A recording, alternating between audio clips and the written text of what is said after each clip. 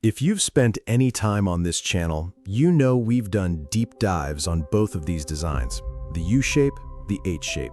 Two separate videos, thousands of comments. And the question I keep receiving was the same: which one should I actually build?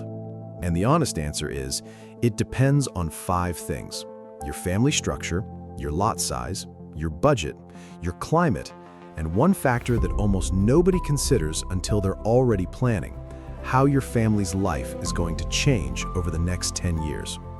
Today, I'm putting both designs side by side, across all 5 categories. No promotional angle, no preferred answer, just an honest comparison so you can make the right decision for your specific situation. Let's go. H-shape versus U-shape barndominium. 5 categories, 1 clear answer for your family by the end of this video. Category 4 is the one that consistently changes people's minds during the planning process. It involves something that happens to most families within 7 to 10 years of building, and only one of these designs has a structural answer for it. Stay with me. Quick orientation: what each design actually is. 30 seconds of orientation before we go into the categories. The U-shaped barndominium creates 3 sides of a building around one central courtyard, 2 wings extending forward from a rear connecting section, 1 protected outdoor space. Everything, the shared living, the private bedrooms, the outdoor room, organized around that single courtyard. The H-shaped barndominium is essentially 2 U-shapes mirrored and joined. 2 parallel wings connected by a central spine. 2 courtyards, 1 in front, 1 behind. 3 distinct interior zones. Significantly more land required, significantly more structural complexity, and a fundamentally different approach to how the building organizes family life. Here is how they compare. Category 1, cost. This is where the gap between the 2 designs is most concrete. Both designs carry a structural premium over a standard rectangle: more foundation perimeter, more exterior wall footage, more roof junction complexity. For a U-shaped barndominium, that premium runs approximately 8 to 15% over a comparable rectangle. For an H-shaped barndominium, add the second courtyard zone, the additional roof junctions at both ends of the connecting section, and the significantly greater foundation perimeter.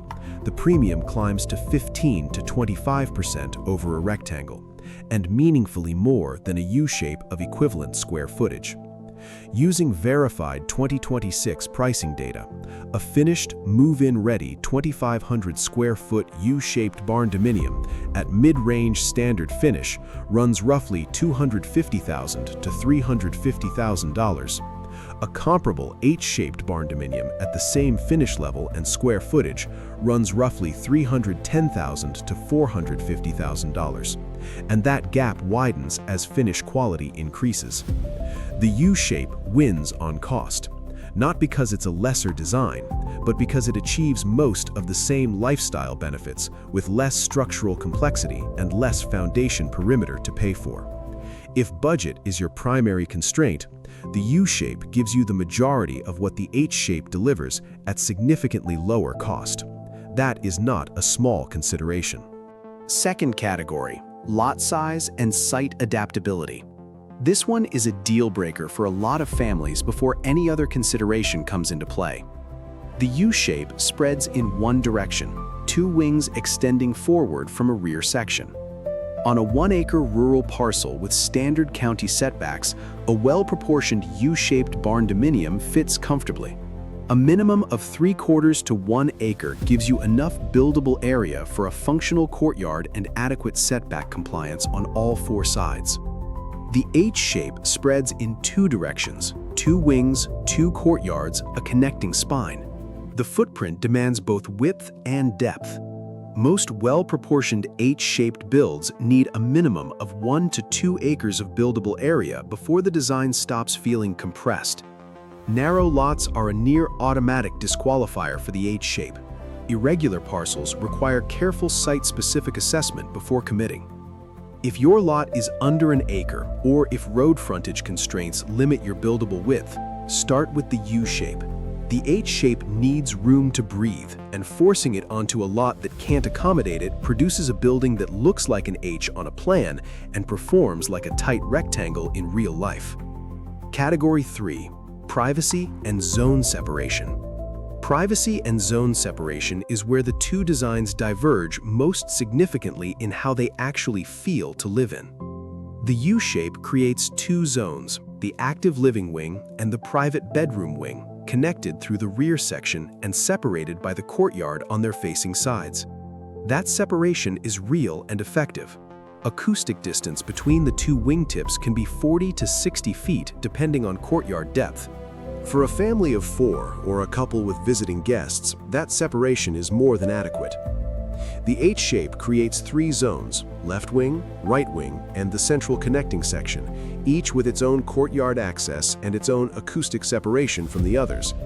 The 2 courtyard spaces between the wings act as double buffers.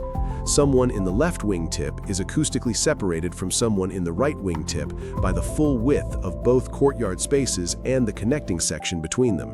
For a standard family, 2 parents, 2 or 3 kids, the U-shape's 2-zone separation is sufficient and elegant.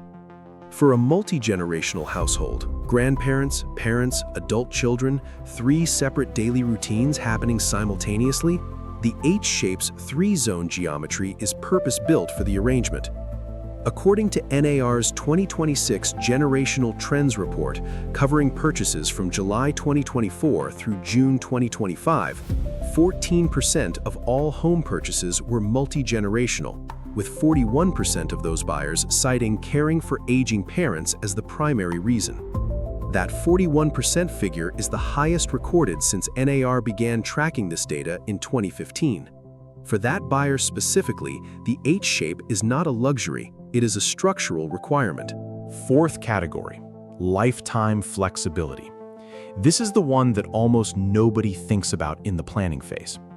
When you build your barndominium, you are building it for the family you have today, but you will live in this building for decades, and the family you have today is not the family you will have in 10 years. The U-shape adapts reasonably well across family life stages. When kids are young, the full building is one connected home. When kids are teenagers, the wing separation gives everyone genuine space. When kids leave and you're empty nesters, you're living in a beautifully proportioned 2-zone home that doesn't feel oversized. The U-shape scales gracefully. The H-shape adapts in a way the U-shape cannot. When an aging parent needs to move closer, which NAR's own data shows is the primary driver for 41% of all multi-generational home purchases, one wing of the H-shape becomes their complete independent living unit. Own entrance from the courtyard, own bedroom, bathroom, kitchen, own HVAC zone. The other wing remains the main family's private space. The connecting section is the shared kitchen where everyone still eats together. When that parent is eventually no longer there, the wing doesn't become a liability. It becomes a rental unit, a home office suite, a studio, or a guest wing for returning adult children. The H-shape has an answer for every family configuration over a 30-year lifespan. The U-shape handles most of those stages well, but the specific multi-generational configuration, one complete living unit per wing with a shared central space, is something the H-shape was designed for and the U-shape can only approximate. If multi-generational living is in your family's near or medium-term future, not someday, but within the next 5 to 10 years, the H-shape is the building that was designed for that specific moment. Category 5. Passive thermal performance. I'll keep this one concise because we covered the full science in the previous video on H-shape cooling. Both designs benefit from courtyard microclimate effects in warm climates. Research published in Nature's Scientific Reports in 2025, running nearly 29,000 parametric simulations across 5 hot and warm climate cities, found that well-designed courtyard geometry meaningfully reduces building cooling demand. Both the U-shape and H-shape create the shaded courtyard conditions that produce this effect. The H-shape goes further in one specific way. The connecting section has courtyard-facing glass on both its front and rear faces simultaneously. When both sets of doors are open, a direct through-building cross-ventilation channel runs from front courtyard to rear courtyard through the most occupied zone of the home. The U-shape creates cross-ventilation within each wing. The H-shape creates cross-ventilation through the entire central section as well. In warm and hot climates, the H-shape's dual courtyard cross-ventilation gives it a measurable passive thermal advantage over the U-shape.